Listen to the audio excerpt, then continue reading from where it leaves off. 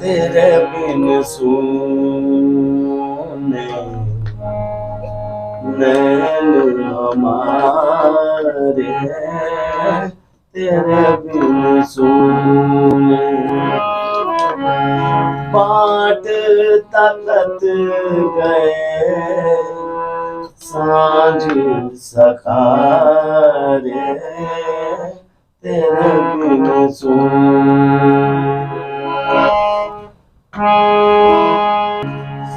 रात जो आए ढल जाए प्यासी,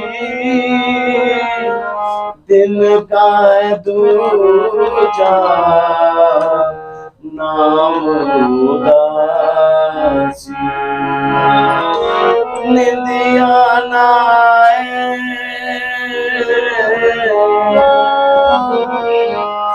निंदिया नाए अब मोरे द्वारे, तेरे बिन सूने नैन हमारे, तेरे। जय भीम, जय भारत, जय संविधान, जय भीम संसार यूट्यूब चैनल में आपका स्वागत है साथियों। माननीय सुरेश दहलवी जी, जो कि वाल्मीकि आइडल में खास जज हैं, मुख्य जज हैं और संगीत का दिशा निर्देश भी कर रहे हैं वाल्मीकि आइडल में। सुरेश दहलवी जी आज हमारे साथ में संगीत शिरोमणि के रूप में जुड़े हुए हैं वाल्मीकि आइडल से। पूरा परिचय लेते हैं गुरु जी से। गुरु जी, आपका बहुत बहुत स्वागत है हमारे जय भीम संसार यूट्यूब चैनल पर। SC ST समाज के लिए खास जानकारी गुरुजी अपने पूरे SC जरूर। जो भी गाते थे वो रागों में बनाते थे कंपोजिशन, खुद की रचना। हाँ, खुद की रचना होती थी रागों के अंदर।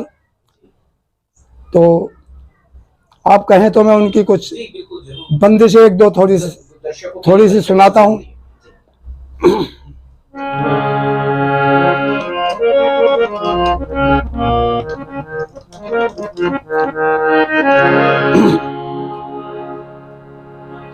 एक वो राग भोपाली में अपने शिष्यों को एक स्वर मालिका सिखाते थे, समझे जी।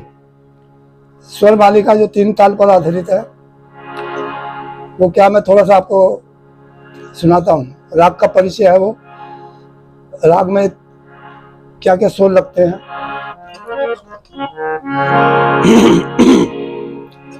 सा रे ग प ध सा,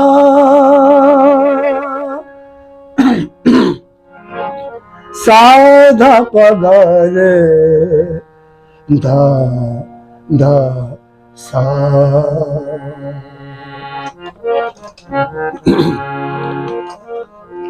सा सा ध प ग रे सा रे ग प ग ध प ग, सा सा ध प ग रे सा रे ग प ग ध प ग, ग ग रे ग प ध सा रे सा ध प ग रे सा, सा सा ध प ग रे सा रे ग प ग ध प ग, प ग प ध सा रे सा, प ग प ध सा रे सा, ध सा रे ग सा रे सा, गा गा रे सा रे सा ध प, ध सा ध प ग रे सा, सा सा ध प ग रे सा रे गा।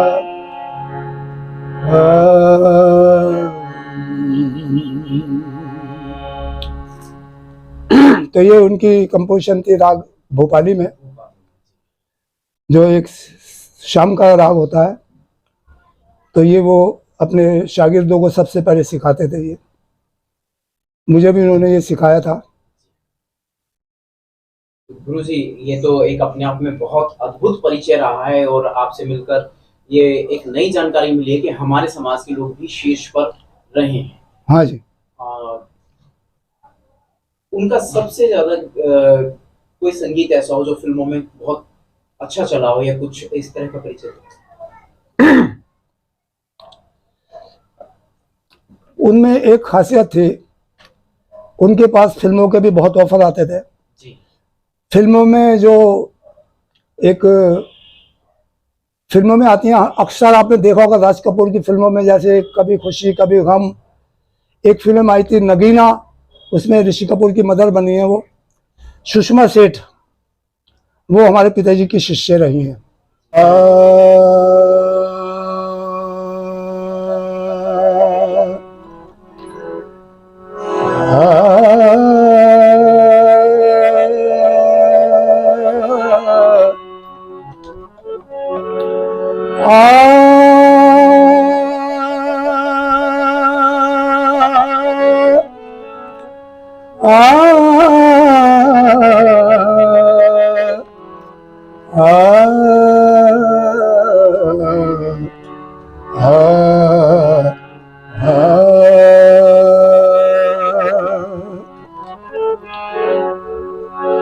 ये हमारे साहिल लुधियानवी साहब की लिखी हुई, जिसे पिताजी ने कंपोज करके गाया था वहां।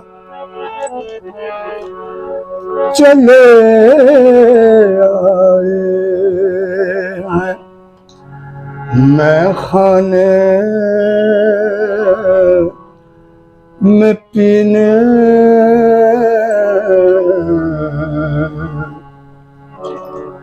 चले आए मैं खाने में पीने, बहुत बेताब कर रखा था जीने, चले आए मैं खाने में पीने, बहुत बेताब कर रखा था जीने, चले आए।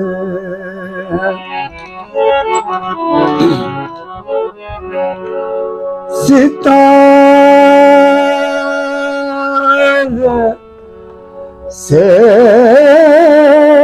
फिजा में जड़ दिए हैं,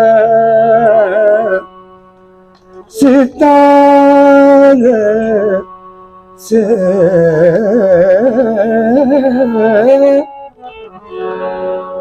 जड़ दिए हैं, किसी की एक हर किसी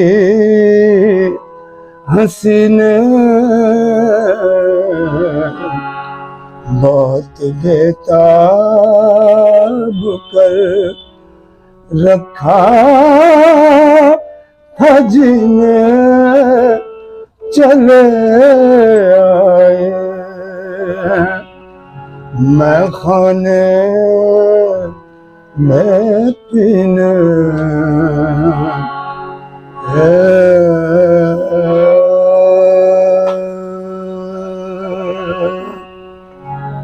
बहुत ही अद्भुत, बहुत ही शानदार। मैं जब सुबह बहुत छोटा था, सुबह मैं सोकर उठता था तो पिताजी को मैं रियाज करते हुए देखता था। वो सुबह 4 बजे उठ के सुर साधना करते थे, तो वही उनकी आवाज़ हमारे कानों में पड़ती थी और हमें संगीत का शौक उन तब से लगा हुआ है, जब हम बहुत छोटे थे। फिर उनके साथ हम जिद कर करके प्रोग्रामों में भी जाते थे, अक्सर वो हमें प्रोग्रामों में भी ले जाते थे। मतलब शुरू से ही हमारा माहौल संगीत का रहा है और आज तक हम संगीत से ही जुड़े हुए हैं। हम 15-16 साल की एज में आए थे, तब हमने पिताजी से कहकर थोड़ा सीखना शुरू किया, उनसे तालीम लेनी, लाइट वोकल की हमने शुरू की। गीत, गज़ल, भजन, ठुमरी, दादरा ये सब वो गाते थे, तो हमने उनसे इसकी तालीम लेनी शुरू की। और उसके पश्चात हमने कमला नगर में गांधर्मा विद्यालय में पंडित विपिन चंद्र मुदगल जी जो वहाँ के प्रिंसिपल भी थे, बहुत सज्जन पुरुष थे, उनसे फिर हमने क्लासिकल की भी शिक्षा ली। जी। आप अपने पिताजी, जैसे आपने कहा पिताजी से तालीम लेना शुरू करी आपने अपने, हाँ जी, तो क्या वो संगीत की दुनिया में ही कायम थे? हाँ जी, हाँ, उनका परिचय देंगे, उनकी जानकारी देंगे? हाँ जी, जरूर देंगे। वो उनकी जो जिंदगी थी वो संगीत पर ही निछावर थी। शुरू से वो संगीत के अंदर ही रहे और आखिरी टाइम तक वो संगीत से जुड़े रहे। उन्होंने सबसे पहले यहाँ हमारे टोकरी मोहल्ले में एक हमारे वाल्मीकि समाज के ही एक गुरु थे, पंडित ज्ञानेश्वर जी। पंडित ज्ञानेश्वर जी के हमारे समाज में, वाल्मीकि समाज में बहुत सारे शिष्य थे। तो हमारे पिताजी भी, हमारे उनके एक दोस्त थे, उनके साथ उनकी मित्रता थी, वो भी वहाँ से पंडित ज्ञानेश्वर जी से संगीत की तालीम लेते थे। वहीं पर ही मास्टर फकीरचंद जी भी शिष्य थे उनके। तो पिताजी ने एक बार, उस जमाने में पहलवानी का शौक था, तो पिताजी भी पहलवानी करते थे। एक बार हमारी दादी ने उनसे कहा, अरे बेटा तू क्या पहलवानी करता है, तू गाना सीख ले। तब से ही पिताजी हमारे एक मित्र के साथ तो रहते ही थे, जो वहाँ पंडित जी से गाना सीखते थे, वो तबला भी सीखते थे। पिताजी फिर उनके साथ पंडित जी के घर पहुँच गए और उनसे ही गंडा वगैरह बंधवाया और वहीं से उन्होंने संगीत की तालीम लेनी शुरू कर दी थी। फिर उनकी नज़र, बहुत सारे शिष्य थे, हमारे पिताजी की एक नज़र ये गई कि इन सब शिष्यों में सबसे होशियार कौन सा है। तो उनकी नज़र मास्टर फकीरचंद जी पर पड़ी। तो वो फकीरचंद जी के साथ रोज नियम से रियाज करने लगे। फकीरचंद जी जो तो दिल छोड़ू थे बहुत, वो रियाज करने में बहुत कम ध्यान देते थे। तो पिताजी उनको कह कर रियाज कराते थे, उनको खुद भी करते थे। उनका डेली का ये फिर रियाज का, फिर दोनों एक साथ गांधी महाविद्यालय में लग गए थे। जी, अपने समाज का एक दर्द रहा है कि जाति व्यवस्था के कारण अपने समाज को बहुत तकलीफ मिली है। ऐसे में आप अपनी इस विद्या को बचा पाए, पीढ़ी दर पीढ़ी सामने लेकर के आ पाए। जैसे पहलवानी है या अपना संगीत, में मुख्य तौर पे संगीत की बात करूंगा। इस संगीत में आप यहाँ तक पहुंचे, फिर आज आप वाल्मीकि आइडल में जज भी हैं। वाल्मीकि आइडल के विषय में थोड़ी सी जानकारी देंगे गुरुजी? हाँ जी, जरूर देंगे। हमारी मुलाकात जी, ये हमारे मदन लाल जी, मुझे एक बार अचानक इन्होंने मुझे आवाज़ दी कि भाई चलो मैं तुम्हें कुछ कलाकारों से मिलवाने ले चलता हूँ। ये मुझे कहना कि कपड़े पहन के नीचे आ जाओ। मैं कपड़े पहन के इनके साथ गया, इन्होंने मुझे अज्ञानी जी के पास पहुंचा दिया सीधा। तो वहीं से हमारा अज्ञानी जी का परिचय हुआ और अज्ञानी जी ने मेरे को, मुझ नाचिस को जो है वहाँ का जज बना दिया और संगीत की तालीम देना भी मेरे से शुरू करा दी इन्होंने। हालांकि मैं इस लायक नहीं हूँ, ये इनका मतलब, इनकी ज़रा नवाजिश है कि मुझ नाचिस को इन्होंने वहाँ तक पहुँचाया और आगे भी बहुत उम्मीदें हैं और काफ़ी आगे बढ़ने का इस आइडल में मुझे नज़र आता है कि ये बहुत आगे तक जाएगा। क्या कभी आपने ऐसी उम्मीद करी थी कि कभी कोई ऐसा योद्धा आएगा जो अपने पूरे समाज के लिए इस लेवल पे काम करेगा जो आज वाल्मीकि आइडल को लेकर काम किया जा रहा है? और वाल्मीकि आइडल जो नए लोगों को मौका दे रहा है, जो आज की दुनिया में भी हम देख रहे हैं कि जात पात के कारण हमारे लोगों को मौका नहीं मिल पाता। गुणी तो बहुत होते हैं, हाँ जी, लेकिन वो एक तो आप जैसे गुरुजी तक नहीं पहुंच पाते, दूसरा उन्हें अशोक अज्ञानी जी नहीं मिलते, वाल्मीकि आइडल वाला प्लेटफॉर्म नहीं मिलता। लेकिन इस मंच से वाल्मीकि आइडल के बैनर तले लोग अपनी एक नई दिशा, अपना समाज प्राप्त करेगा। इसमें आप क्या कहना चाहेंगे? हाँ जी, इसमें यही कहना चाहता हूँ कि मैंने तो कभी ख्वाब में भी नहीं सोचा था कि हमें अज्ञानी जैसे लोग मिलेंगे क्योंकि हमारे समाज में बहुत लोग बातें तो करते हैं लेकिन वो आगे नहीं बढ़ते, ना कुछ कर पाते वो।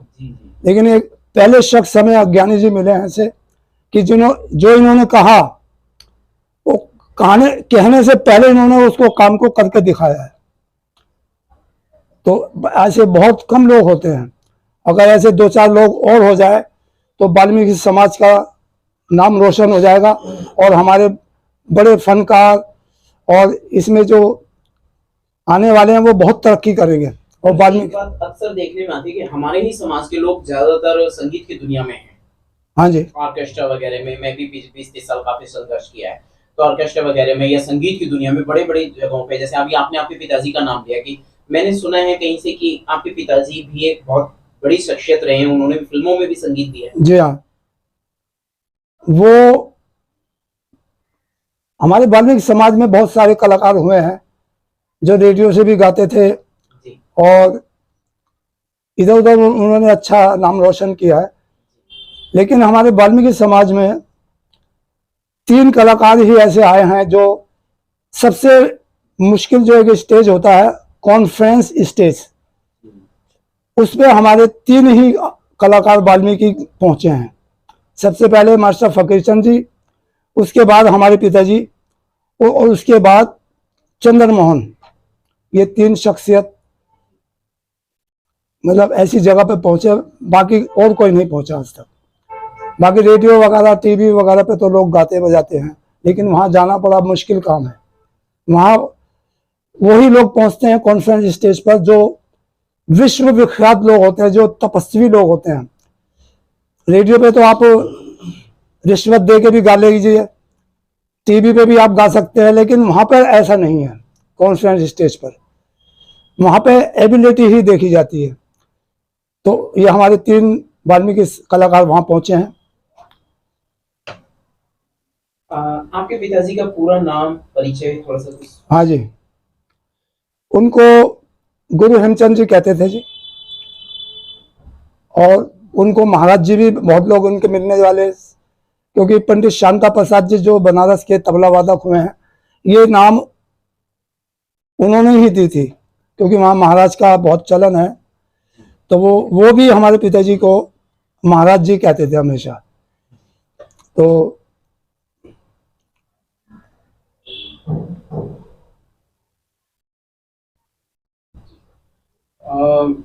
उनकी कुछ याद में कुछ कहना चाहेंगे? हाँ जी, संगीत के माध्यम से उनकी याद में मैं जब सुबह सोकर उठता हूँ, डेली का काम है मेरा। मैं अपने गुरुओं को, अपने घर के बड़े बूढ़ों को और पिताजी को और माता पिता को सुबह उठते ही बिस्तर पर मैं नमन करता हूँ, पहले उनको नमस्कार करता हूँ और तब मैं उठता हूँ सोकर। ये मेरा डेली का नियम है। हाँ, कुछ संगीत का आपके पिताजी की याद में कुछ? हाँ हाँ, उन्होंने वो जो भी गाते थे वो रागों में बनाते थे, कंपोजिशन खुद की रचना? हाँ, खुद की रचना होती थी रागों के अंदर। तो आप कहें तो मैं उनकी कुछ बंदिशें 1-2 थोड़ी सी सुनाता हूँ।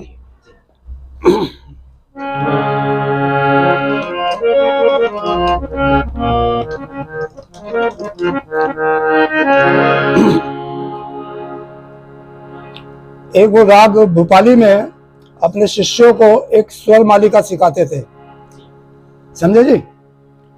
स्वर मालिका जो 3 ताल पर आधारित है, वो क्या मैं थोड़ा सा आपको सुनाता हूँ। राग का परिचय है, वो राग में क्या क्या स्वर लगते हैं।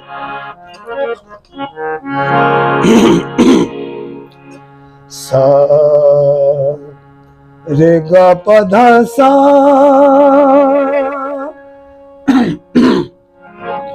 सा ध प ग रे ध ध सा।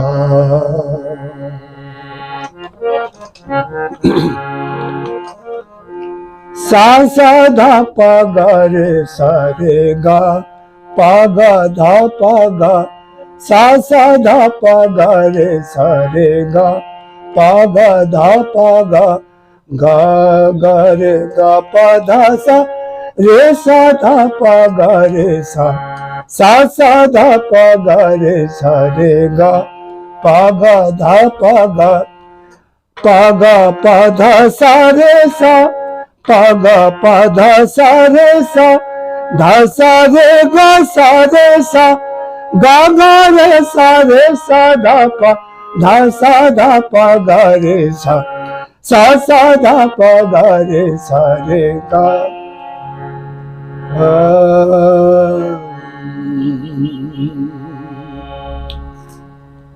तो ये उनकी कंपोजिशन थी राग भोपाली में, जो एक शाम का राग होता है। तो ये वो अपने शागिर्दों को सबसे पहले सिखाते थे। ये मुझे भी उन्होंने ये सिखाया था। गुरुजी, ये तो एक अपने आप में बहुत अद्भुत परिचय रहा है और आपसे मिलकर ये एक नई जानकारी मिली है कि हमारे समाज के लोग भी शीर्ष पर रहे हैं। हाँ जी। उनका सबसे ज्यादा कोई संगीत ऐसा हो जो फिल्मों में बहुत अच्छा चला हो, या कुछ इस तरह का परिचय? उनमें एक खासियत थी, उनके पास फिल्मों के भी बहुत ऑफर आते थे जी। फिल्मों में जो एक फिल्मों में आती हैं, अक्सर आपने देखा होगा राज कपूर की फिल्मों में, जैसे कभी खुशी कभी गम। एक फिल्म आई थी नगीना, उसमें ऋषि कपूर की मदर बनी है वो सुषमा सेठ, वो हमारे पिताजी की शिष्य रही हैं। और उनकी बेटी थी कनिका सेठ, दोनों माँ बेटियां वो फादर से गाना सीखने आती थी। और उसके अलावा ये जो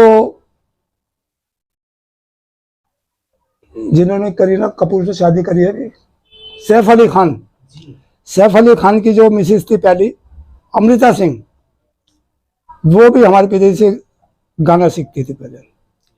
और एक भूपेंद्र जो फिल्मों में गाते हैं, उनकी बहन चरणजीत सोनी, वो भी हमारे पिताजी से गाना सीखते थे।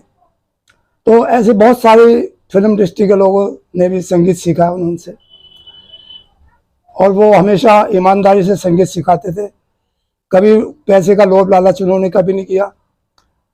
और यही हाल मेरा भी है कि मैंने पैसे की तरफ ध्यान नहीं दिया, हमेशा जो भी मेरे पास सीखने आया उसको सच्चाई के साथ सिखाया, ईमानदारी से सिखाया। तो हम अपने वही पिताजी के पद चिन्हों पे चल रहे हैं। हाँ जी। पिताजी सबसे पहले गांधर महाविद्यालय में रहे करीब 35 साल तक, वहाँ के प्रोफेसर रहे। उसके पश्चात वो मंडी हाउस में श्री राम भारतीय कला केंद्र में गुरु के पद पे उन्होंने कार्य किया। और म्यूजिक फैकल्टी कमला नगर में और यूनिवर्सिटी में वगैरह वगैरह उन्होंने बहुत जगह उन्होंने ये काम किया है। संगीत का बहुत उन्होंने प्रचार किया, बहुत उनके शागिर्द भी रहे। तो गुरुजी कुछ उनका संगीत में सुनिए। एक बार उनका प्रोग्राम राष्ट्रपति भवन में भी हुआ था, तो वहां उन्होंने जो गाया था, मैं वो थोड़ा गाकर सुनाता हूँ आपको।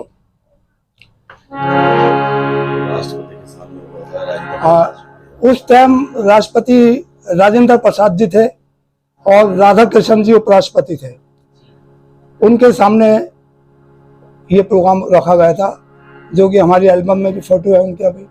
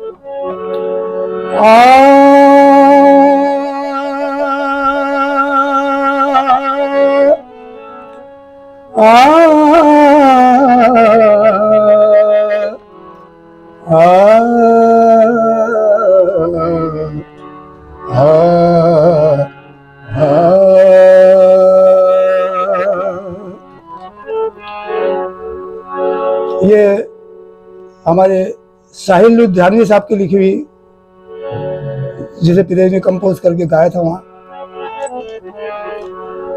चले आए हैं मैं खाने में पीने,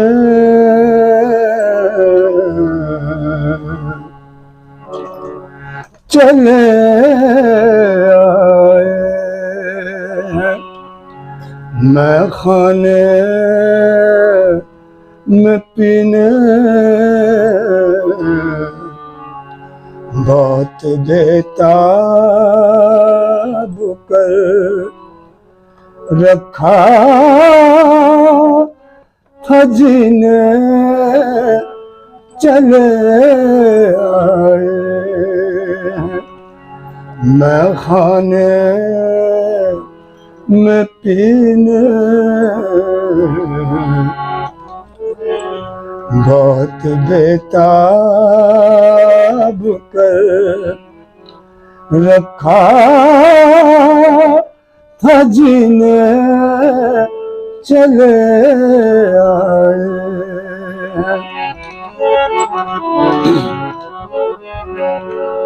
सितारे से फिजा में जड़ दिए हैं, सितारे से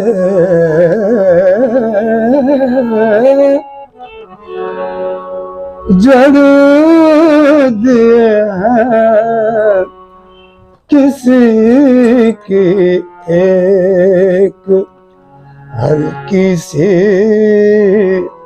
हंसी ने, बहुत बेताब कर रखा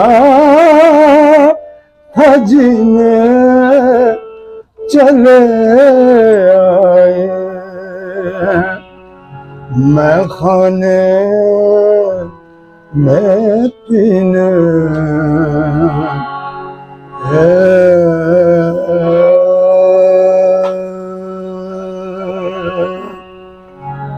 बहुत ही अद्भुत, बहुत ही शानदार।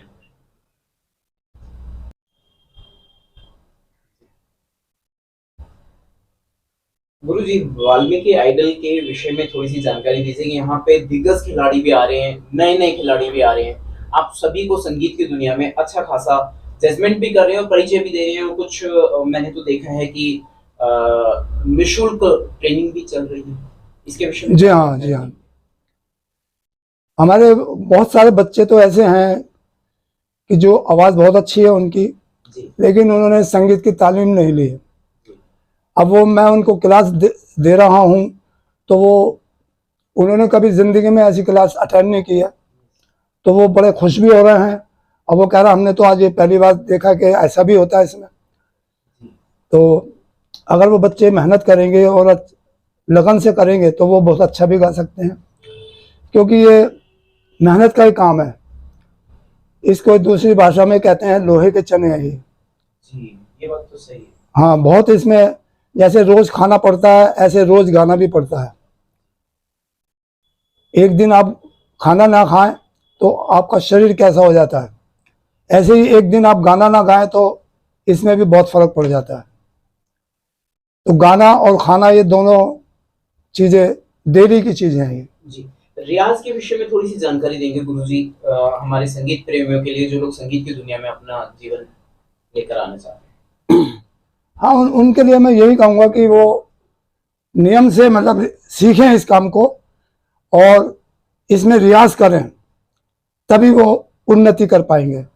खाली रिकॉर्ड्स सुन के गा दिया वो एक अटपटी सी बात है।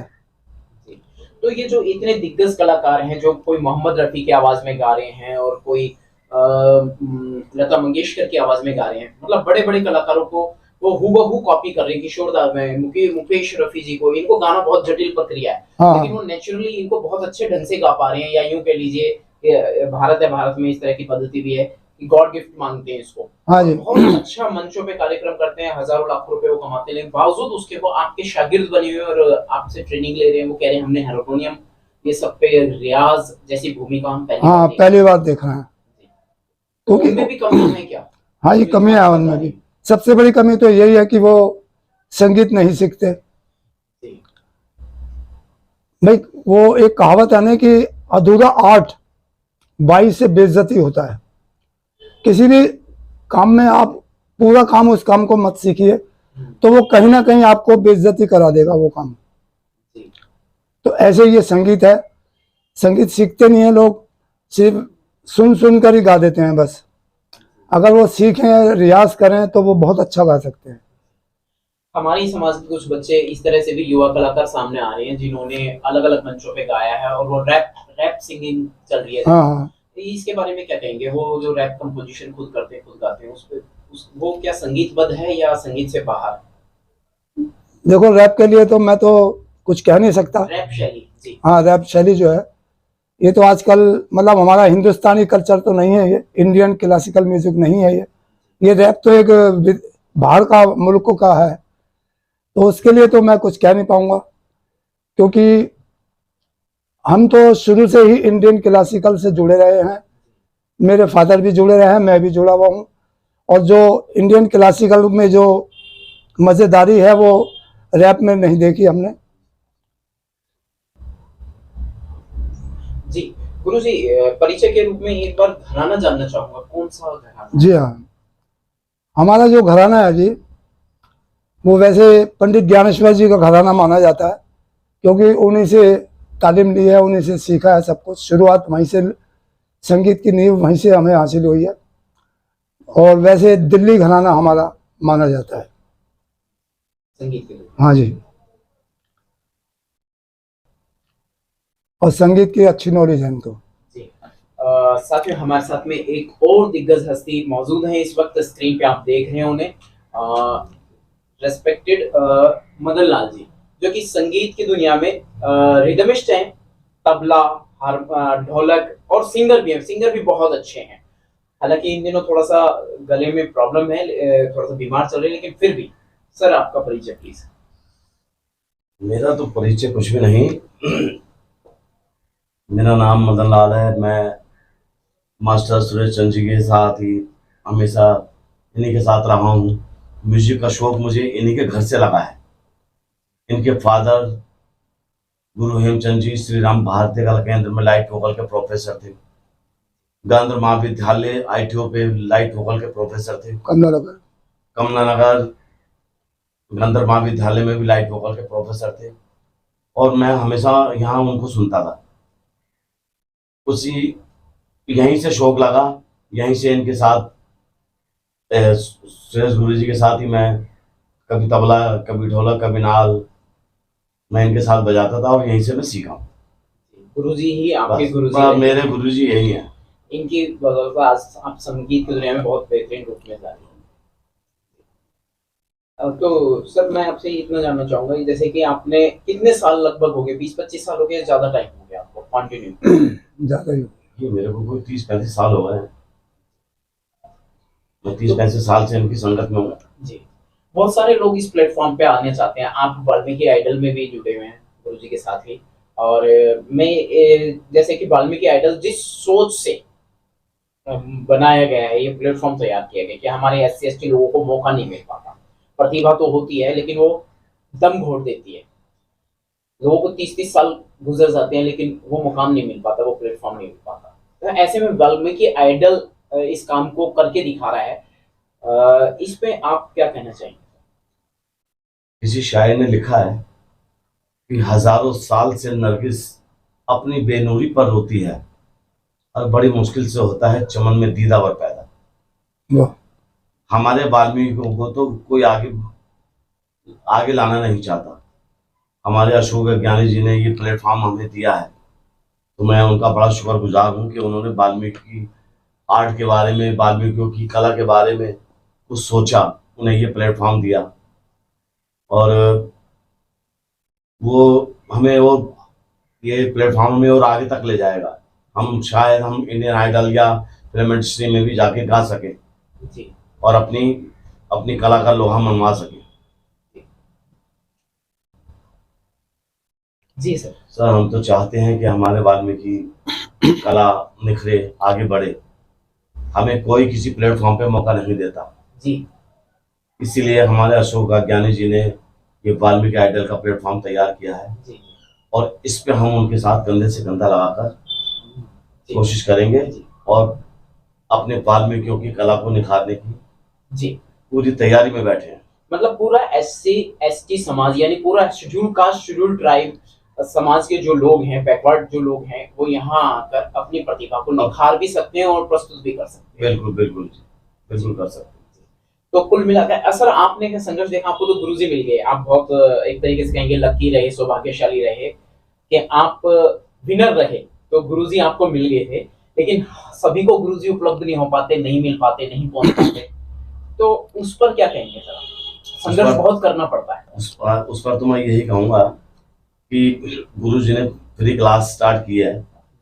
जिन्हें गुरु नहीं मिले अब उन्हें गुरु मिल रहे हैं, वो आए और सीखें और आगे बढ़े और हमारे अशोक ज्ञानी जी और जो सपना कभी भीमराव अम्बेडकर जी ने देखा था उसको साकार करें। बिल्कुल बिल्कुल सर, बिल्कुल। अशोक ज्ञानी जी तो इसमें एक मिसाल के तौर पे कार्य कर रहे हैं, मसीहा भी हैं हमारे समाज के। 4-5 सब्जेक्ट्स पर ये काम कर रहे हैं। फिलहाल संगीत की बात चल रही है, तो हम संगीत की बात इस क्रम में जारी रखेंगे और अगली कड़ियों में बाकी सब्जेक्ट पे भी बात करेंगे।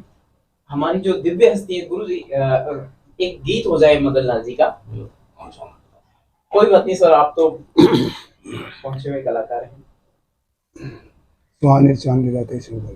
तेरे बिन सुने नैन हमारे, हैं? तेरे बिन सुने नैन।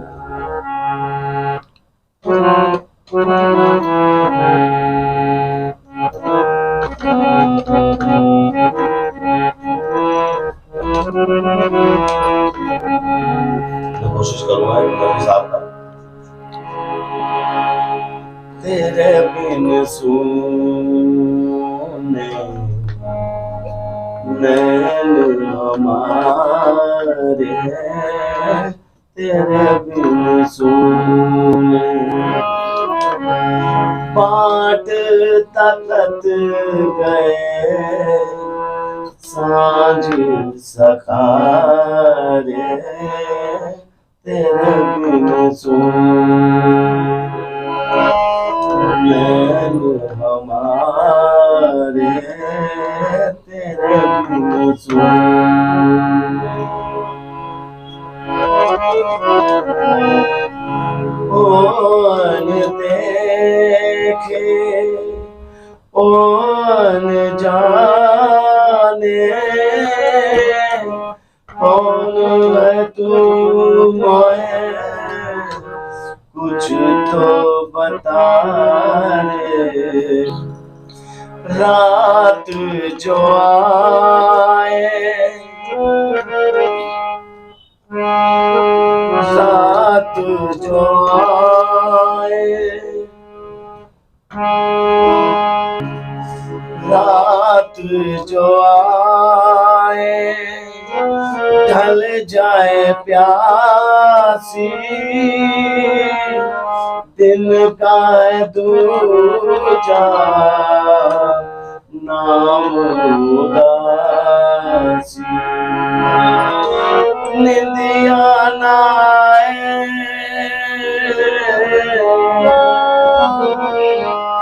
निंदिया नाए अब मोरे द्वारे, तेरे बिन सुने नैन हमारे, तेरे बिन सुने। बहुत बढ़िया। बहुत शुक्रिया सर कि लोगों को दिशा निर्देश मिले कि आपके माध्यम से आप एक प्रतिभा, एक मिसाल हैं, हमारे लोगों के लिए एक आदर्श है। जिन लोगों को मौका नहीं मिल पाता, अभी मदन लाल जी ने बताया कि रिदमिस्ट हैं, सिंगर हैं, और उन्होंने बताया कि उनको ये वाल्मीकि आइडल खास मौका दे रहा है और सुनहरा मौका है। मतलब मैं सच बता रहा हूँ कि 30-30 साल लोगों को गुजर जाते हैं, उम्र गुजर जाती है, दम तोड़ देते हैं लोग, लेकिन ये मुकाम नहीं मिल पाता। तो आज हमारे बहुत ही रेस्पेक्टेड सर, जिन्होंने समाज के इस दर्द को समझा, और माननीय अशोक अज्ञानी जी ने ये प्लेटफॉर्म आपको दिया है हमारे सामने। दिव्य, एक कहेंगे बहुत ही दिव्य दो दिग्गज हस्तियां बैठी हैं, जिसमें से हमारे गुरुजी परम हैं। तो गुरुजी के माध्यम से आप लोग ये सीख सकते हैं, आ सकते हैं, वाल्मीकि आइडल में हिस्सा ले सकते हैं। गुरुजी का एक छोटा सा परिचय, और आगे अगली कड़ियों में हम आपको और भी जानकारी देंगे किस तरह से संगीत वाद्य यंत्र लें, आप लेंगे आपके काम आएगा। आपने यदि संगीत की दुनिया में अपना जीवन बनाना है तो संगीत की भी पहचान होती है। मेल हारमोनियम होता है, फीमेल हारमोनियम होता है, तमाम किस्म के इंस्ट्रूमेंट्स होते हैं, वाद्य यंत्र होते हैं। गुरुजी के पास में सारा ज्ञान का भंडार है। हमारे गुरुजी सुरेश दहलवी जी से जुड़े रहिए और अगली कड़ियों में आप फिर से हिस्सा लीजिए। तो है मेरे दिग्गज समाज, है मेरे SC/ST समाज, आज गुरुजी आपको मिले हैं, और गुरुजी से आप संगीत, जिनको रुझान है, रुचि है, जो इस क्षेत्र में आना चाहते हैं, अपना करियर बनाना चाहते हैं, और जिन फिल्म स्टारों को देखकर आप बहुत खुश होते हैं, वहां तक पहुंचाने की सीढ़ी आज आपको मिल गई, और वो हमारे गुरुजी आपके सामने मौजूद हैं। स्क्रीन पर आप देख रहे हैं, गुरुजी आपको अपना नंबर मेंशन कर रहे हैं कि आप संगीत कैसे सीखें और कैसे आएंगे। जी गुरुजी, अपना नंबर प्लीज बताएं अपने पूरे नाम के साथ में। हाँ जी, मैं सुरेश दहलवी, मेरा नंबर है सीधे सीधे 9250574657। ये मेरा नंबर है, इस पर आप कांटेक्ट कर सकते हैं। जी, गुरुजी से संगीत सीखने के लिए, और फिर अगली कड़ियों में और नए परिचय के साथ में गुरुजी से नई विद्या हासिल करेंगे। जय भीम, जय भारत, जय संविधान, जय गुरु वाल्मीकि। जी सर, वो इंट्रो दीजिए। जी बताइए सर, ये तस्वीर के बारे में जानकारी।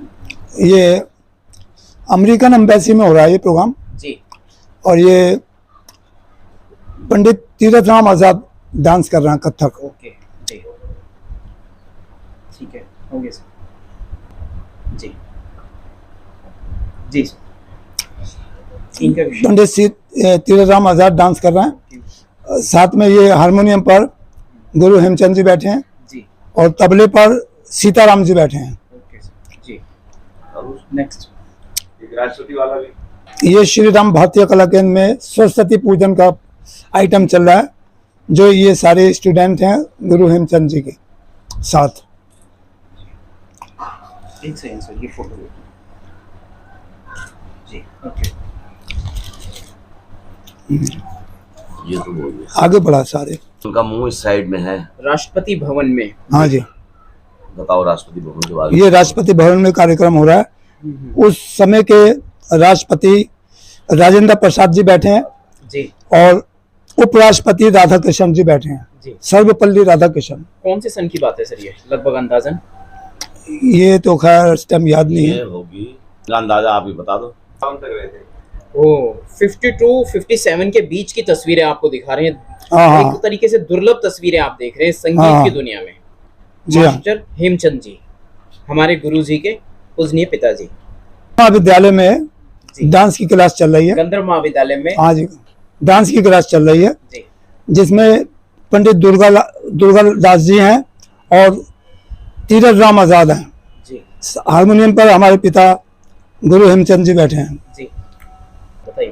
ये विष्णु दिगंबर जयंती के उपलक्ष्य में ये प्रोग्राम चल रहा है, जिसमें गुरु हेमचंद जी हारमोनियम पर संगत दे रहे हैं पंडित श्यामता प्रसाद गोराई महाराज जी के साथ। जी, ये बनारस घराने के। हाँ, ये अमजद अली के साथ है, देखिए नीचे वाला। अमजद अली जी।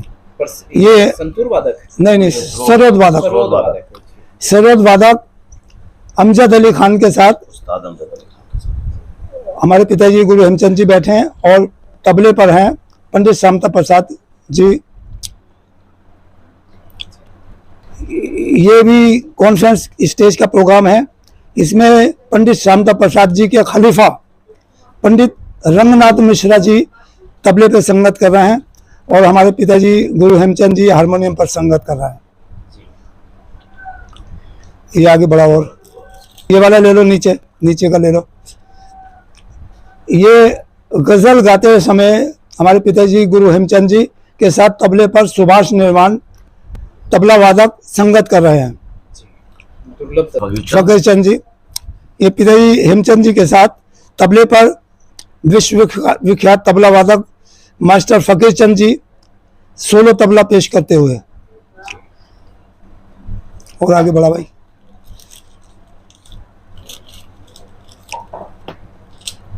ये पखावज पर हाँ, ये मास्टर हेमचंद जी के साथ विश्व विख्यात पखावज वादक गुरु पुरुषोत्तम दास जी अपना वादन पेश करते हुए। और आगे बढ़ा भाई। तो वही है, ये कौन है? ये तो हीरा शर्मा गा रही है। हीरा शर्मा गा रही है।